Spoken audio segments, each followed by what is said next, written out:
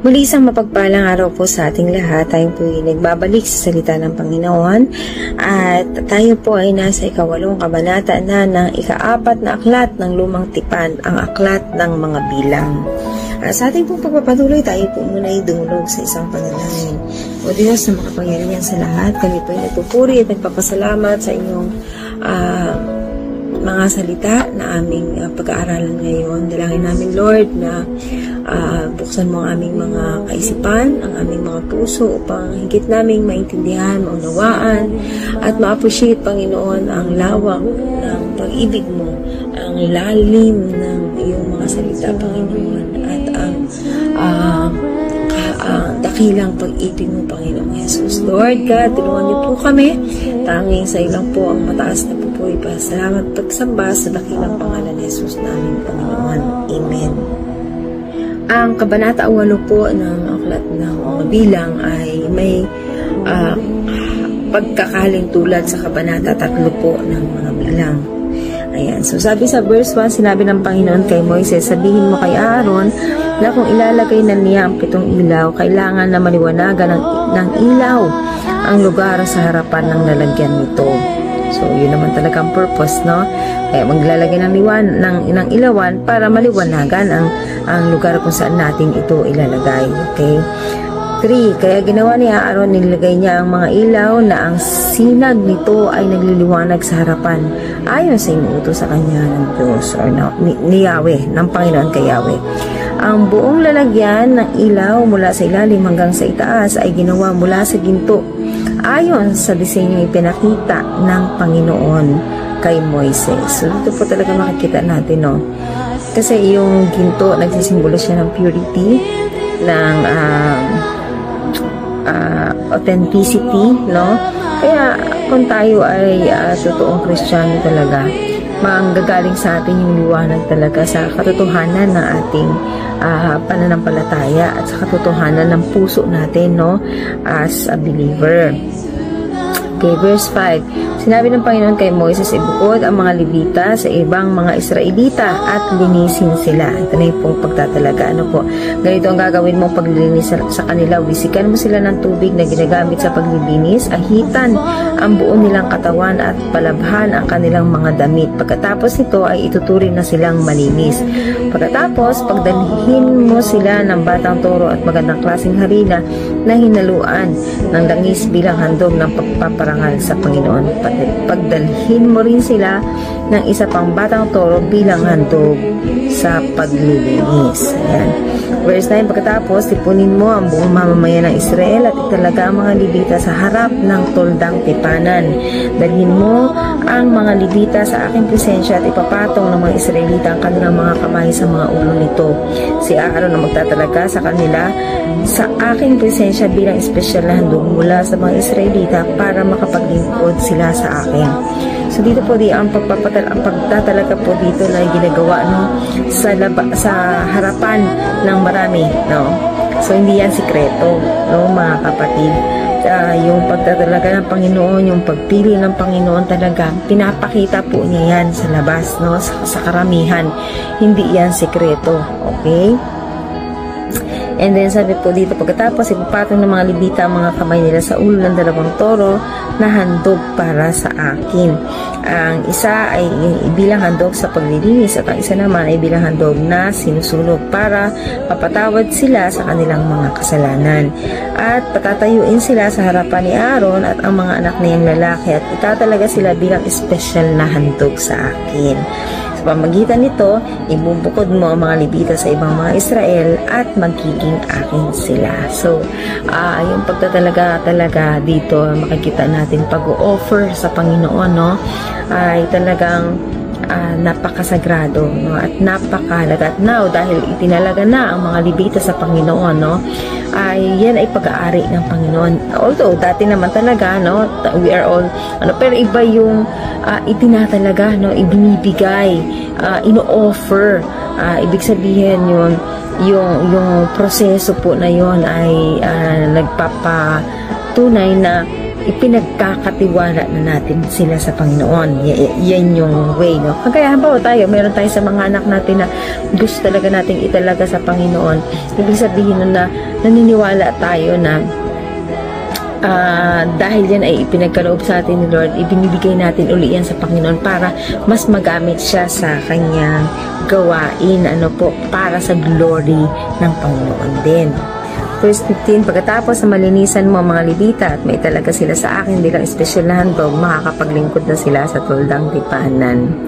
So, talaga bago makapaglingkod, kailangan mo nang maitalaga. Sila ang mga Israelita na binukod para sa aking kapalit ng lahat ng panganay na lalaki ng mga Israelita. So, again, inulit po yung sa chapter 3 na substitution, para maitanim sa isip ng tao, na bawat isa ng bawat Israelita na sila ay itinubos, tinubos sila sa pamamagitan ng substitution, yan. Dahil ang bawat panganay ng Israel ay aking tao man o hayop. Nang pinagpapatay ko ang lahat ng panganay sa Ehipto, binukod ko para sa akin ang lahat ng panganay ng lalaki ng Israel. So, ito po talaga yung katotohanan dito, kaya paulit-ulit po na sinasabi. Ito po ang sasabihin natin kahit na anong mangyari, ulit-ulitin man yung sinasabi, yung sitwasyon, still masasabi pa rin kung ano yung totoong nangyari, Yan po yun. So, at kinuha ng ang mga Levita kapalit ng lahat ng panganay na lalaki ng Israel. Sa lahat ng mga Israelita, ang Levita ang pinili ko na tumulong kay Aaron at sa mga anak niyang lalaki. Maglilingkod sila sa tuldang tipanan para sa mga Israelita at gagawa sila ng mga seremonya para sa kapatawaran ng kasalanan ng mga Israelita, para walang panganib na tumating sa kanila kapag lumapit sila sa tuldang tipanan. 20, kaya itinalaga nila Moises, Aaron at ang buong mamamayan ng Israel ang mga Levita ayon sa inuutos ng Panginoon kay Moises. Naglinis ang mga Levita ng kanilang sarili at nilabhan nila ang kanilang mga damit. Pagkatapos itinalaga sila ni Aaron sa presensya ng Panginoon bilang espesyal na handog. At gumawa si Aaron ng seremonya para sa kapatawaran ng mga kasalanan nila at para maituring silang malinis. Ayan. Pagkatapos noon, naglingkod ang mga Levita sa tuldang tipanan sa ilalim ng pamamahala ni Aaron at ng mga anak niya. Kaya ginawa nila sa mga Levita ang iniutos ng Panginoon kay Moises. So, yan. So, yung Levita, inhandog, itinalaga bilang kapalit ng panganay ng mga Israelita. At dahil sila po ay naitalaga, yan po ang panimula ng kanilang paglilingkod. 23, sinabi ng Panginoon kay Moises, para sa mga Levita ang mga tuntuning ito. Magsisimula ang mga Levita sa paglilingkod sa tuldang tipanan sa edad na 25. So, meron pong tamang time, may tamang edad. Sabi nga natin, it's the stage of maturity.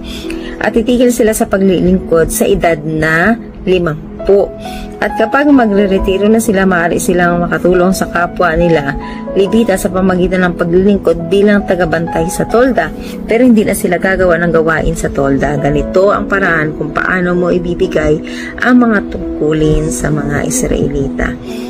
So, merong specific age po na nire-require ni Lord pagdating sa paglilingkod sa loob ng tolda. And hindi naman matatapos yun. Halimbawa, hindi ka na pwede doon, dahil tapos na yung age mo, kumaga yung natapos na yung duties mo, so hindi ka pa rin titigil sa paglilingkod, lalabas ka lang doon sa tolda. Ganun din naman po sa atin, diba, sa ating panahon ngayon. Kung halimbawa matapos mo na yung gampanin mo, bilang administrator, diba, meron naman certain time lang na ibinibigay. Hindi ibig sabihin tapos mo na yun is hindi ka na maglilingkod, marami ka pa rin pwedeng gawing paraan, para makapaglingkod sa ibang aspeto or sa ibang larangan naman. So, dito natin makikita po na habang nabubuhay tayo po talaga ay required na patuloy na maglingkod sa Panginoon. Kaya naman mga kapatid, habang po tayo ay may lakas at may hininga, ituon natin yung ating buhay sa paglilingkod sa Panginoon. Ano man yung responsibilidad na maiatang sa atin, no? Kung saang ministry man tayo epektibo ngayon, matapos man yun, marami pa rin ang mga ministry na pwede nating gawin, no?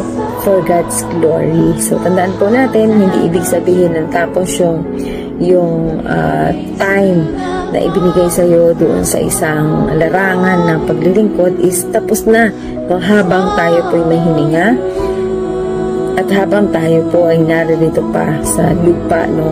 Tayo po ay magpagamit sa Panginoon for His glory and not ours. Kaya naman po, sana ay napapala po ang bawat isa sa atin at dalangin ko po na ang bawat isa po ay patuloy na magsasaliksik ng kanyang salita upang mas makilala natin ang Panginoon sa pamamagitan po ng mga kwento, no, sa kanyang mga ginawa sa bayan ng Israel na ginagawa niya sa ating kapanahunan. God bless everyone at tanging kay Jesus lang po ang papuri.